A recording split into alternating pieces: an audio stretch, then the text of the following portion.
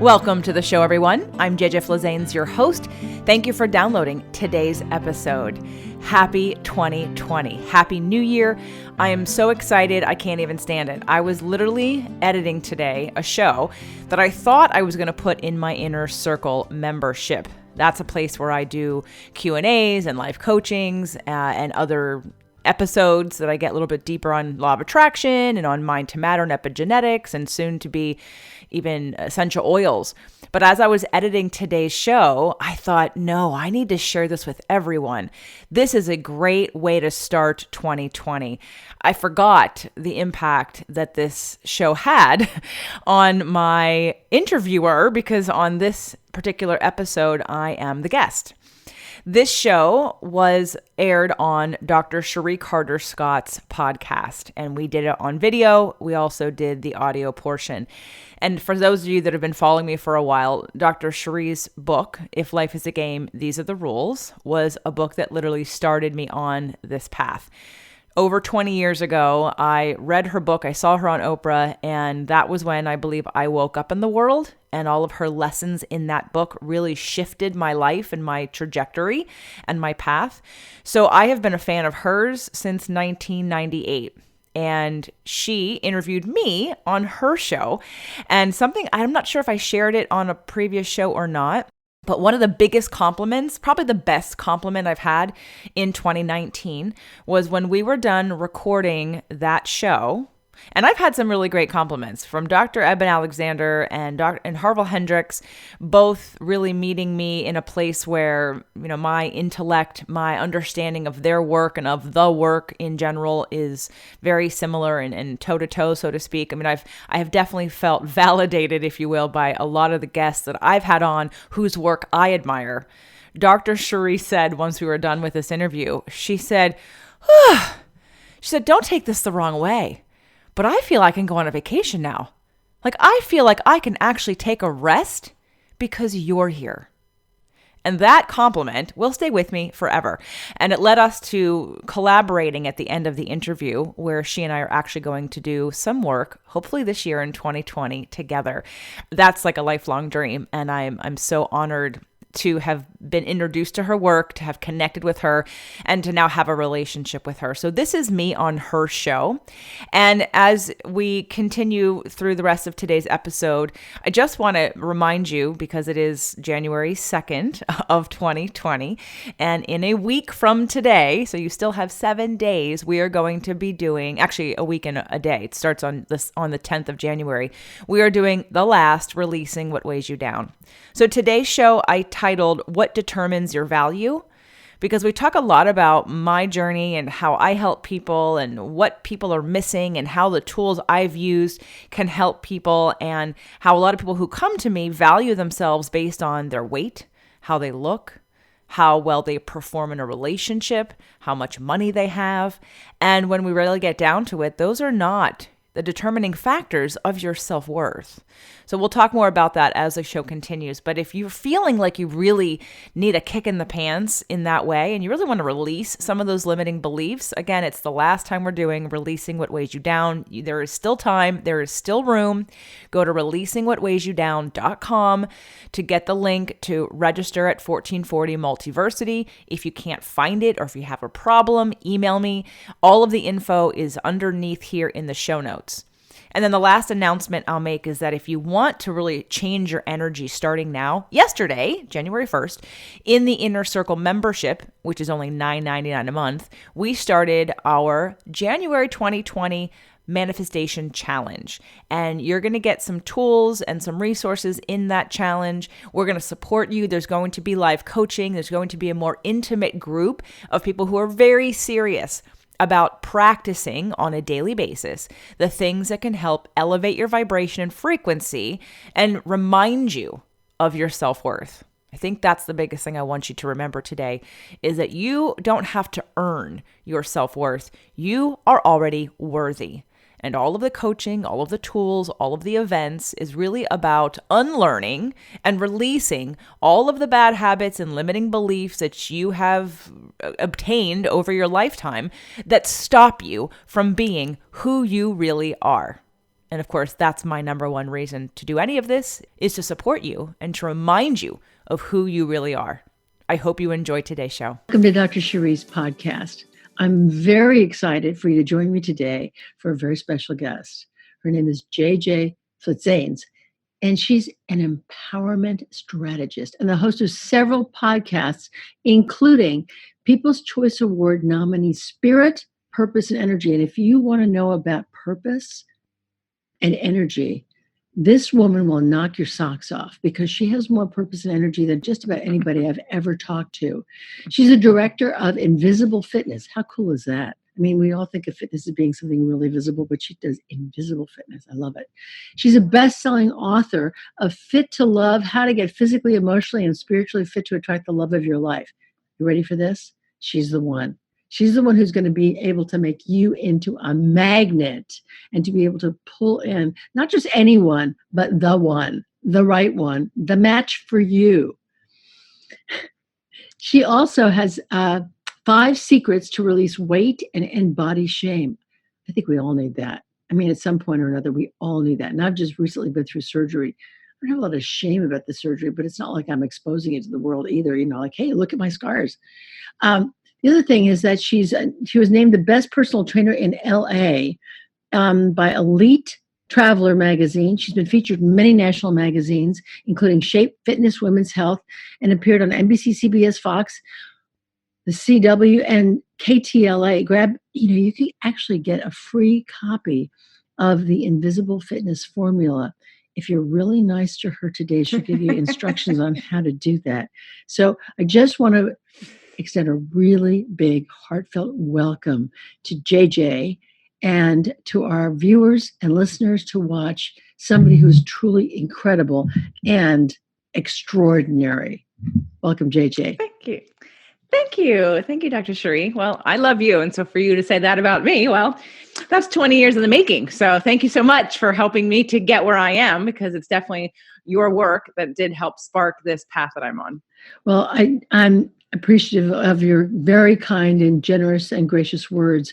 And I want to start out by talking about your journey, because each one of us has a journey, and none of us popped out of the womb usually ready-made to say, this is what I'm going to do with my life. I'm really clear. I know why I'm here. And I think it's important to be able to unravel, where somebody came from and what were some of those moments that were illuminating or defining. So I want to kind of turn it over to you to be able to take us on the journey, and I'll interject every now and then. Okay. So the beginning of my journey started with you. I mean, in terms of the evolution of consciousness. Prior to that, I was an actress. I was in New York City. I was also a personal trainer, and I wasn't quite awake yet. I understood emotion. I understood looking at the world through different points of view from my acting background. On a personal training side, I was working with science and the science of the body, which honestly had given me my confidence. Prior to that, I didn't think I was very smart. I knew I was talented, but I didn't think I was smart. Like science and math were not something I was good at in school. I didn't get straight A's. I wasn't that super book smart, memorize it and tell you all the things. I wasn't doing calculus. In fact, I don't even know if I can still do calculus, but I wasn't into all of that. And so I just assumed, well, I'm just one of those really creative, outspoken, gregarious kind of people. And I'm not the smart, brainy type. And it wasn't until I wanted to use my brain. I was pretty aware when I was in school and acting and going to move into the city. And I didn't want to, not that there's anything wrong with waiting tables or being in the service industry. I've done all of that, like literally all of it, like manager from front to back, minus being a cook. I've done all of it. But it didn't involve my brain. And I did realize I wanted to problem solve. Like some part of me needed to problem solve, and acting didn't provide that for me. So I started to learn about personal training, and all of a sudden science became physical. It became mechanical, and I could see it. I could see it really clearly. And then I was good at it. And all of a sudden I thought, wow, I'm smart. I didn't realize I was smart. So I became this personal trainer who then now is like really enamored with science and wanting to teach everybody about basic science that we were not using in a gym situation. I just look around the room horrified at all the things I used to do and other people were doing that didn't make any sense to me. Can you give us an example of that basic science in the gym? Sure. I went through a certification at one point that someone created. It's funny when after you go through them and you realize I could have created that. Someone who had breast cancer, who partnered with a trainer and a physician, but really a surgeon, and they kind of made this training situation for people who had breast cancer. And I understood that their goals were great. They wanted to help personal trainers work with people who had recovered from breast cancer surgery. The problem was they didn't have some basic sciences in place, like physics. So when you're working with resistance training, and resistance literally it could be anything, resistance in the form of wind, air, water, your own body weight, but it all has to work within some kind of physics of if it's a weight, it's gravity based. Something like elastic and tubing is not gravity based. Something like water is not gravity based. But when we're dealing with free weights, it's gravity based. So we have to understand that gravity pulls down. So I just watched them do exercises that were not in alignment with gravity, and expecting that the muscles that they were focusing on were somehow magically going to get the benefits of the weight in their hands that was not in the plane of motion of the muscles they were trying to work on. Does that make sense? Amazing discovery. And you thought you weren't smart. My God, that's amazing. Well, I realized at that moment I was a lot smarter than they were in terms of the exercise piece, because again, personal trainers don't have to go through a 4-year degree to become personal trainers. Right. And that's kind of the scary part. I mean, I became director of education for New York Sports Club when I was 21 years old. Amazing. And I was teaching trainers. So I had quickly kind of catapulted, and I was on fire when I learned science. I walked into that gym and I was like, everybody, like, stop what you're doing. We have to learn science. And I took it to the vice president of the company, and I really advocated for, we need to have more education, because I didn't know what I was doing before, but I knew that I didn't know. And now that I have a little bit of science, a little bit, and I thought I knew everything. I didn't think I knew everything, but I did act like I knew everything at first, because I knew more than everybody else. But then the more that I kept doing it, the more I realized, and I guess, although I guess right a lot of the times, but I would guess, I'd realize, wow, there's a lot out there that I don't know. And of course, the more you learn, the more you realize you know nothing. But at first, when you learn something little and it makes sense to you, and it all of a sudden connects the dots, you get excited about, wow, I understand this. And I didn't know that I could understand this. So fast forward, I go through the personal training situation, and I quickly, again, elevate at 21 years old to director of education for New York Sports Club. I'm designing the programs, I'm hiring the trainers, I'm educating the trainers. But again, my left brain is working really hard at problem solving, and my right brain's going, okay, I need to do something else that also involves the acting and the theater part of me and the singing part of me. So I ended up writing an off-Broadway musical with a friend, and doing this like four stunt at Don't Tell Mamas on, I think it's 49th and 9th or 50th and 9th in Broadway, because I just needed to flex that muscle of creativity and of emotional expression, and I needed my emotions to have their own exercising. So that's sort of the left brain, right brain part of me, and so somewhere in there. It seems like there's a very strong muscle in you that's reflective. In other words, it takes time out to notice, pay attention to what's going on, what you notice about yourself that's in place, what's missing. Has that always been there? I can remember as far back to being a real victim. I'm very clear about the victim triangle these days. I've been teaching it for years, but I didn't recognize back then that I was a victim. But what I could do as a victim is very, very specifically tell you how you hurt my feelings and what not to do ever again, so you didn't do it again. So I was very articulate about identifying and explaining. I could communicate exactly what had happened, why you were wrong, how it hurt my feelings, and how to never do it again. I did have a moment when I watched the television and think, well, if they can do it, why can't I do it? If they can do that, why can't I do that? So I was aware that I didn't have necessarily limitations, or that there was a possibility of not having limitations. Now, did I have limiting beliefs? Of course, I'm human. But I think I would definitely question. And it wasn't until a little bit later that I would start to ask myself, why did you act that way? Why did you react that way? Why did you interpret it that way?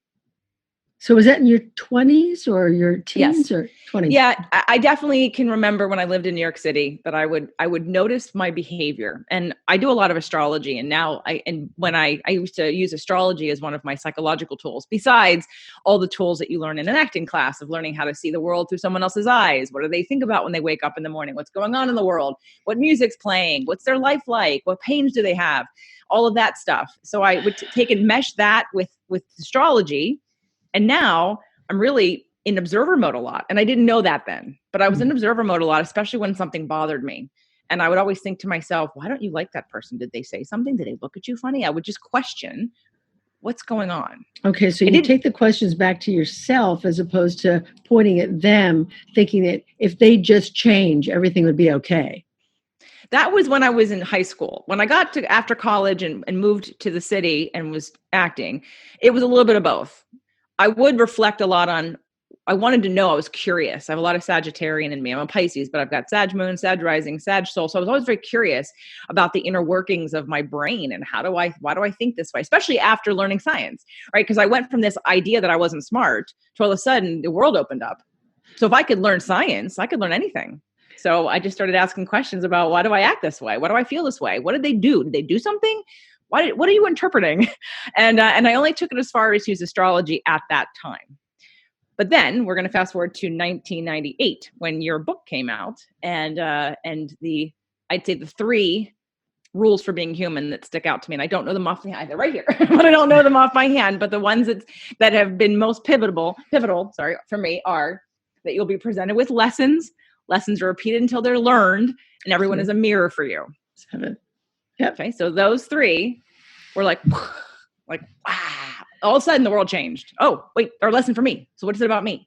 So I really took that inward and really used that to, again, continue the journey of consciousness and what I'm calling consciousness, to really reflect and be really good at being an observer. So they, in your terminology, they woke you up to a new level of consciousness. Absolutely. Absolutely. The next pivotal moment from there, when I moved to California in 2000 from New York, I was too much into training and doing the education, and my left brain was just activated all the time. And I thought, I need a fresh start, and I want to move to California, and I want to concentrate on my acting there too. And then I came here and I immediately got an agent, immediately got a couple national commercials and some print work. But of course I needed to work. So I went back into doing waiting tables, because nobody knew me here in terms of the educational gym situation and being a personal trainer. And fast forward to having a dream. I had kind of like gotten to that moment in my life where I said, look at my acting resume. I had a great acting resume. I went to Carnegie Mellon. I went to NYU. I went to Syracuse University. Then I'm looking at my personal training resume, a National Academy of Medicine. I'm looking at these resumes going, how can I make this all work for me? And I had a dream. It was February of 2001. And the answer was clear. I was supposed to work for myself. I was supposed to open up a personal training company in LA and model it or connect with a company I had worked for in New York that was doing it, that didn't have a gym location, which were training people in their homes. So I called up the owner and I said, hey, I want to open one in LA. And that led me into being an entrepreneur. So as an entrepreneur, of course, when you're small potatoes and you're just starting and you're building your business, and remind you, I'm 3,000 miles away from anyone I really know. I know 3 people in this city. No one knows who I am. No one knows what I've done. I left New York on a high. I come to LA. I know really nobody, although I did have one client. And that was the client that bought me your book. That was the client that I saw your show with Oprah on that book. And so we both had copies of it, but she has it signed copy to me to gift it to me. So I have my first life coach. When I was personal training and networking and trying to get clients. And she was the first one to introduce me to Abraham Hicks, so Law of Attraction. And I remember I played that CD over and over. I was driving all around California working with clients, and I played that CD over and over again. And the first time I ever heard, you are the creator of your own reality. Again, next level. All of a sudden I went, what? I'm the creator of my own reality? That means I can change it. Another wake-up call. Another wake-up call. And that took me to the next level of, while before I knew people were mirrors to me, but I still didn't understand like the next level of how I was attracting it, or how I could connect it to a wound, or how I could connect it to a limiting belief, or how I could connect it to my subconscious. So when I got into the work of Abraham, and again, as a personal trainer, as you can tell, I didn't just stick with body sciences. I moved into the sciences of the endocrine system, nutrition and biochemistry. I moved into the psychological stuff, into the emotional stuff, into the behavioral patterns, and into even brain chemistry, looking at neurotransmitters, also looking at, of course, astrology, law of attraction. So it's really, I kept taking the dive deeper and deeper and deeper when people would say to me, because I'm a great problem solver, they would come to me with a problem. And if I couldn't solve it with the sciences that I had, well, got to go find new science. I got to go find something else because I haven't figured out how to solve that problem yet. So let me go study some more. Let me go learn something new to come back with an answer to help you with your problem. So it sounds like one of the core parts of your personality is a hunger for knowledge and information to be able to learn almost every day of your life. I do love to learn. I think I was definitely seeking answers to sort of life's biggest questions for a long time. And I feel pretty solid about what my beliefs are. I was at a party on Saturday, and there was a palm reader there. And the guy whose birthday party it was, when I came out, he's like, "So what'd you think?" And I said, I think it was like 60 to 70% true. And he's like, "So, do you believe this and do you believe that?" And I said, well, you chose to be here. I mean, you designed it all anyway. And he said, "You sound pretty convinced of that." I said, "Oh, I know exactly what I believe on pretty much every subject. And if I don't, then I will let you know." So yes, can I explain my whole theory of why we're here and of life and of death and what happens? Absolutely. I am very convinced I have found the answers to my questions. So much so that now I'm passing on information like Enneagram, for instance. I am not interested in Enneagram currently. People keep trying to shove it down my throat. And I'm like, but every time they do, I'm like, you know what? Astrology does that for me. I'll listen to someone talk about Enneagram and say, well, I'm a 1. I'm like, but you're a Taurus. That makes perfect sense. Or the guy that says, well, I'm a 7, I think. And I'm like, well, you're a Gemini. So this makes sense to me. But it's a little bit deeper. I've been studying astrology for 20 years. So I'm full. I'm definitely full. And now I get to pick and choose kind of where I spend my time. And I take all these tools. I have so many tools. Take all these tools and I get to work with people. I get to teach people and I get to connect those dots. And I think that's my gift, is taking all of these tools and deciphering and putting the right ones together in the right order for the right person. They're not all the same. They're not cookie cutter. I use astrology. I use love languages. I use birth order. I'm using, all of it to really tailor a path. Okay, so let's just say that there's a person out there who's listening, watching our podcast today, and they say, this is really cool. Now, I have this situation, which is a match for what JJ could help me with. What's the profile of that person?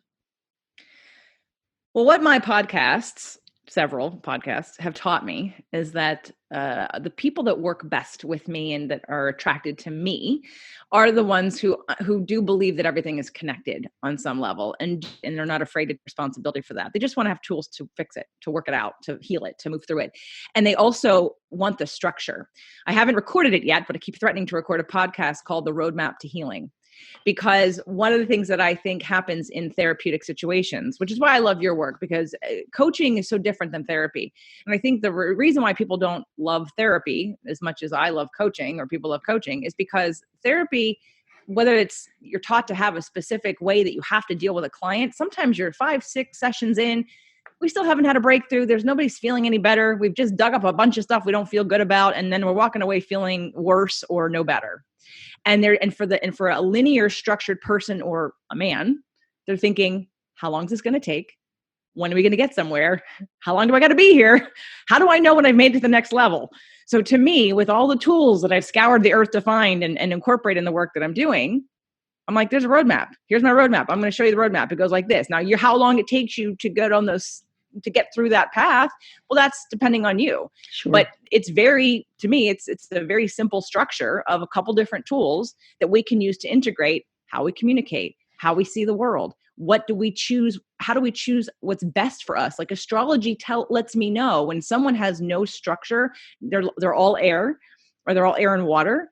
They need to find a way they have to commit, and possibly financially, to having some kind of structure in place, because without it, they'll fly away. It's not something they're good at. Okay. So Is it the person who has like a philosophical orientation to wanting to work with you to be able to connect the dots of their life and make sense of it all? Or is it somebody who has an issue that has to do with body shame or that they want to find their soulmate?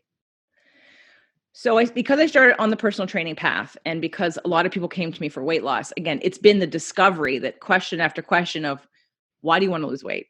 Right. See, weight gain is a symptom, and it's food overeating and food addiction is just a way to numb feeling. So what is it we really want? That's where law of attraction kind of cut through all of it for me.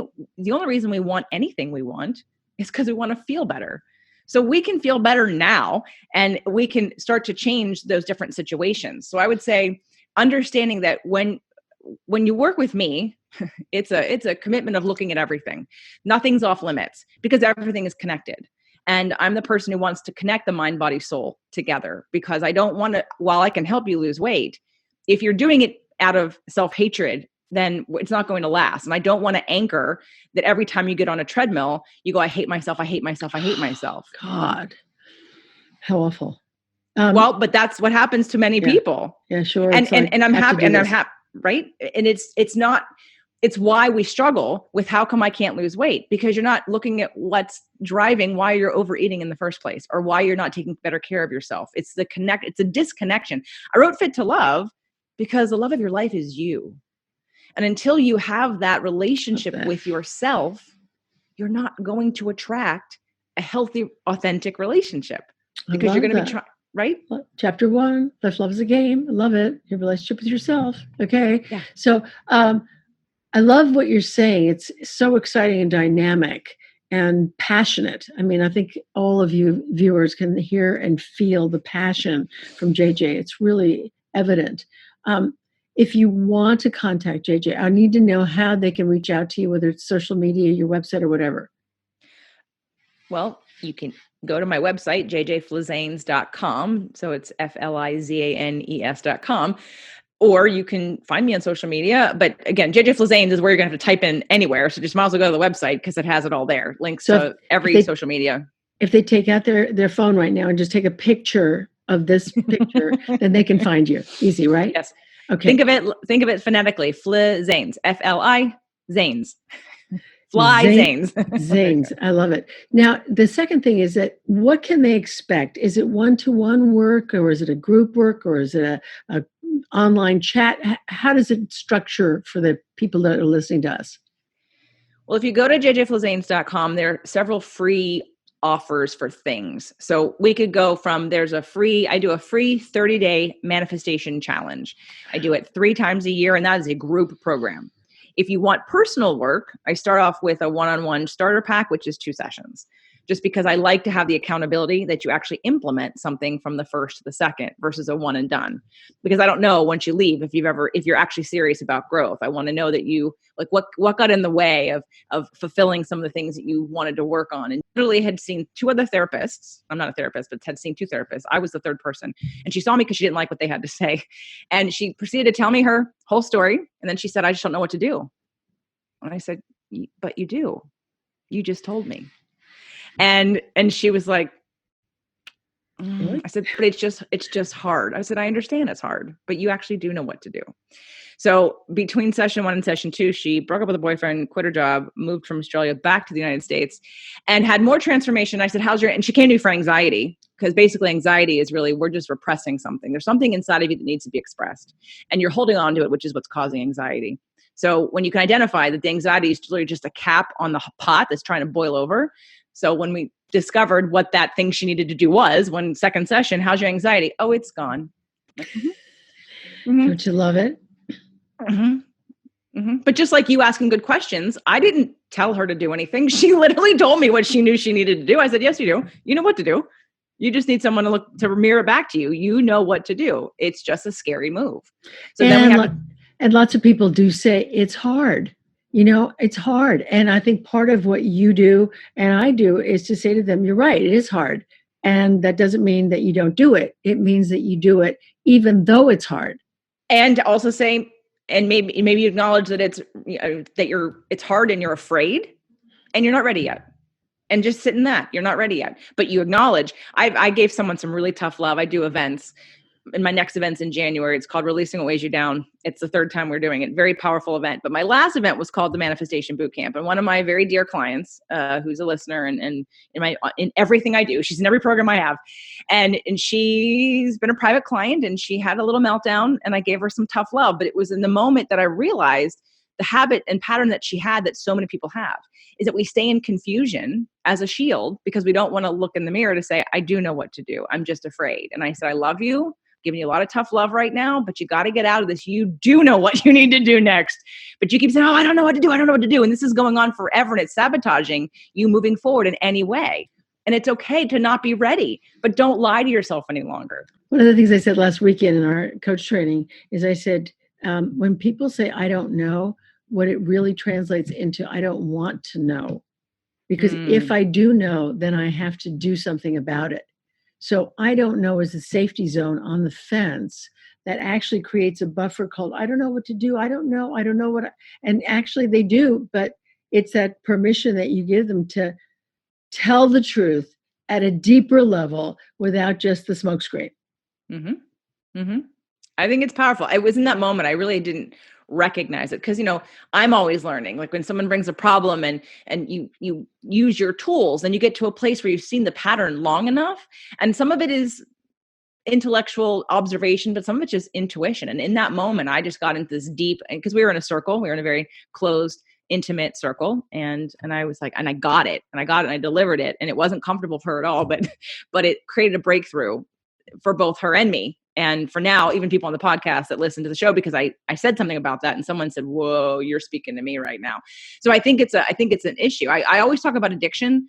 Like, what do we do to numb ourselves? And confusion has never been part of that conversation. And now I'm going to say, oh, you're keeping yourself in confusion or limiting beliefs and excuses, because what she thought she needed to do, she jumped. She went from the very simple, I need to have a conversation with someone. She jumped to this dire consequence that might happen. It's not going to happen.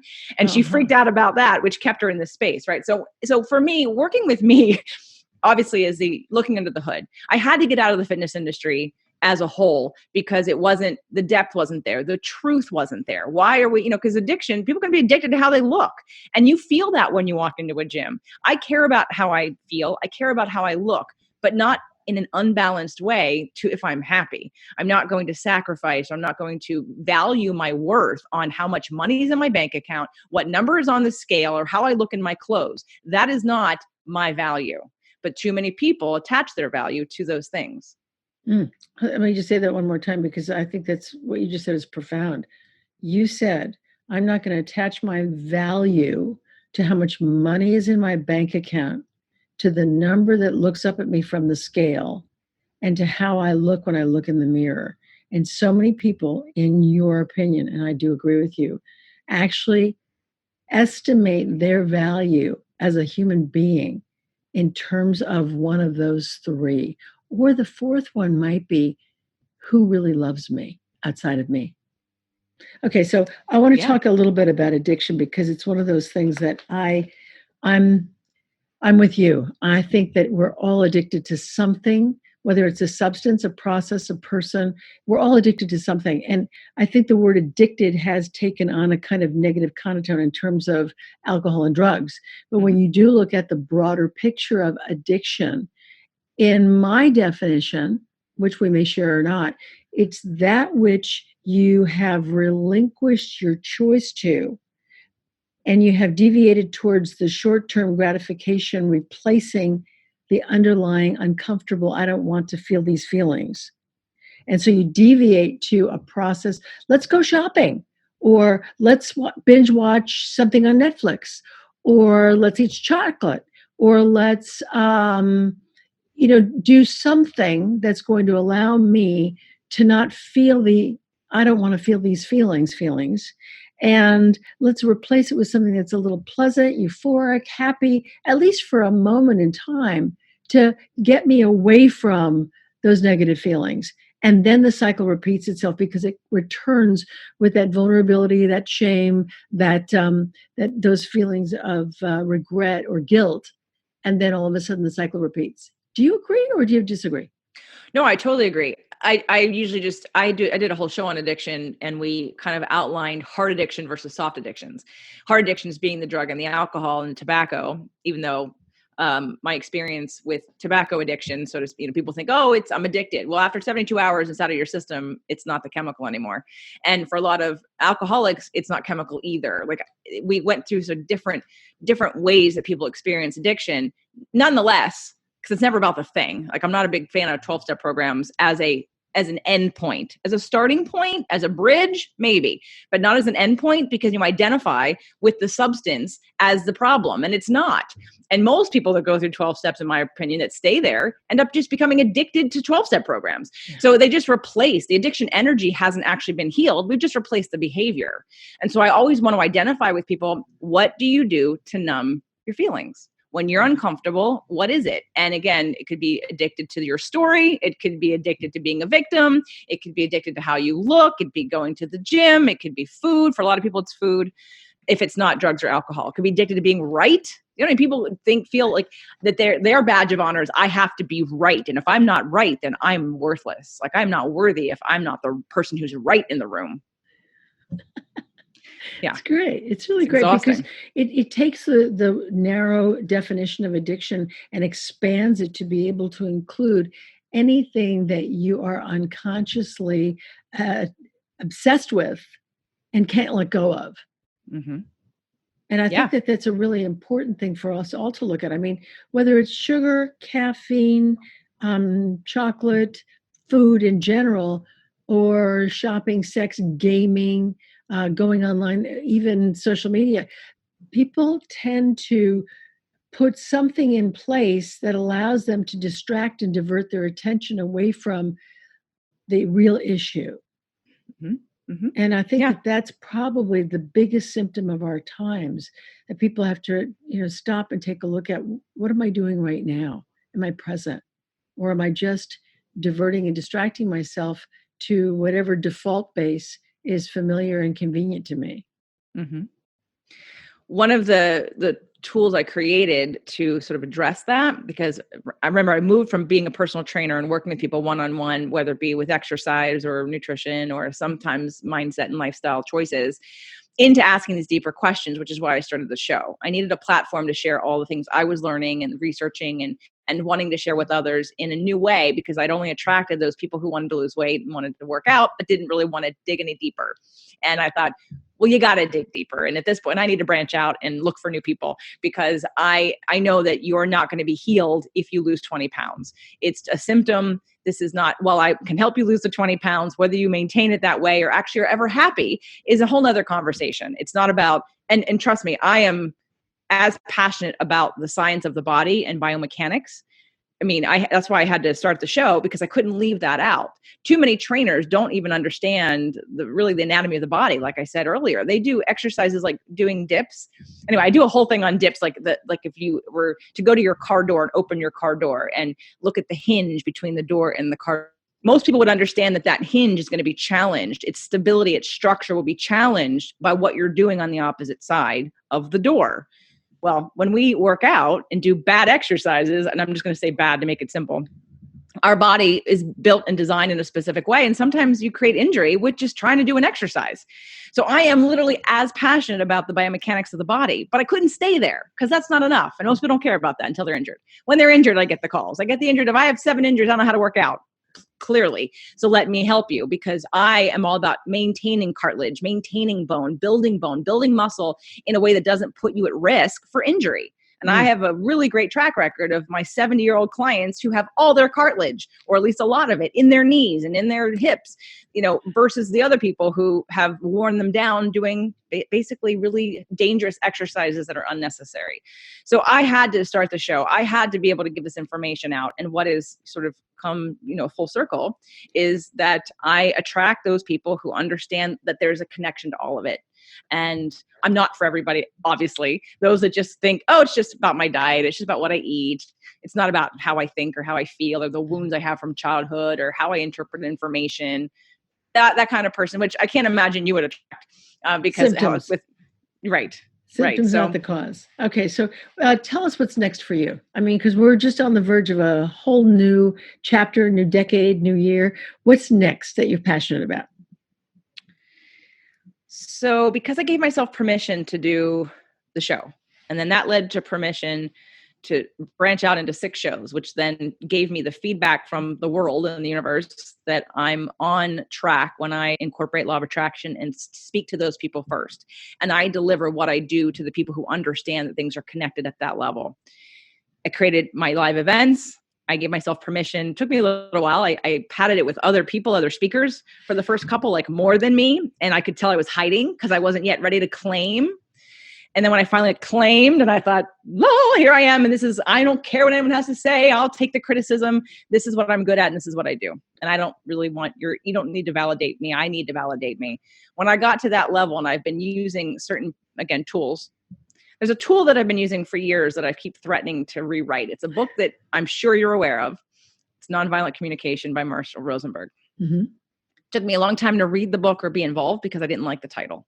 And I feel like it's one of those, it's like something that needs a makeover. And the way that I teach it is different than the way they teach it. I even thought about becoming one of their trainers. But when I brought them into a space to teach my clients, friends, and family and people that I gathered, I saw people interpret it differently than I did. I realized in that moment, my brain works very differently. That when I see something, I put it in a different order and then I go, oh, yes.